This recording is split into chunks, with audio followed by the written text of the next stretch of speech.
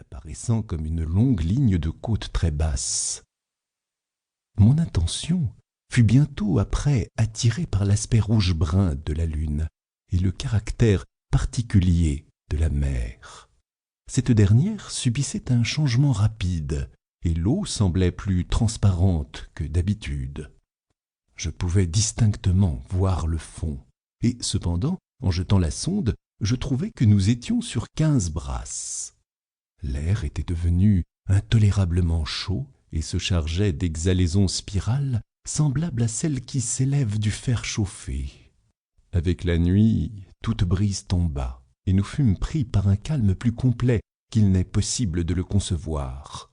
La flamme d'une bougie brûlait à l'arrière, sans le mouvement le moins sensible, et un long cheveu, tenu entre l'index et le pouce, tombait droit et sans la moindre oscillation. Néanmoins, comme le capitaine disait qu'il n'apercevait aucun symptôme de danger, et comme nous dérivions vers la terre par le travers, il commanda de carguer les voiles et de filer l'ancre. On ne mit point de vigie de quart, et l'équipage, qui se composait principalement de Malais, se coucha délibérément sur le pont. Je descendis dans la chambre, non sans le parfait pressentiment d'un malheur. En réalité, tous ces symptômes me donnaient à craindre un simoun. Je parlais de mes craintes au capitaine, mais il ne fit pas attention à ce que je lui disais et me quitta sans daigner me faire une réponse. Mon malaise, toutefois, m'empêcha de dormir, et vers minuit, je montai sur le pont. Comme je mettais le pied sur la dernière marche du capot d'échelle, je fus effrayé par un profond bourdonnement, semblable à celui que produit l'évolution rapide d'une roue de moulin, et, avant que j'eusse pu en vérifier la cause, je sentis que le navire tremblait dans son centre. Presque aussitôt, un coup de mer nous jeta sur le côté, et courant par-dessus nous, balaya tout le pont de l'avant à l'arrière. L'extrême furie du coup de vent fit, en grande partie, le salut du navire. Quoiqu'il fût absolument engagé dans l'eau, comme ses masses en étaient allées par-dessus bord, il se releva lentement une minute après, et vacillant quelques instants sous l'immense pression de la tempête, finalement il se redressa. Par quel miracle échappai-je à la mort? Il m'est impossible de le dire.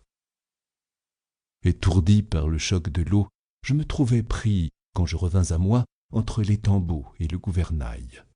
Ce fut à grand-peine que je me remis sur mes pieds, et, regardant vertigineusement autour de moi, je fus d'abord frappé de l'idée que nous étions sur des brisants, tant était effrayant, au-delà de toute imagination, le tourbillon de cette mer énorme et écumante dans laquelle nous étions engouffrés.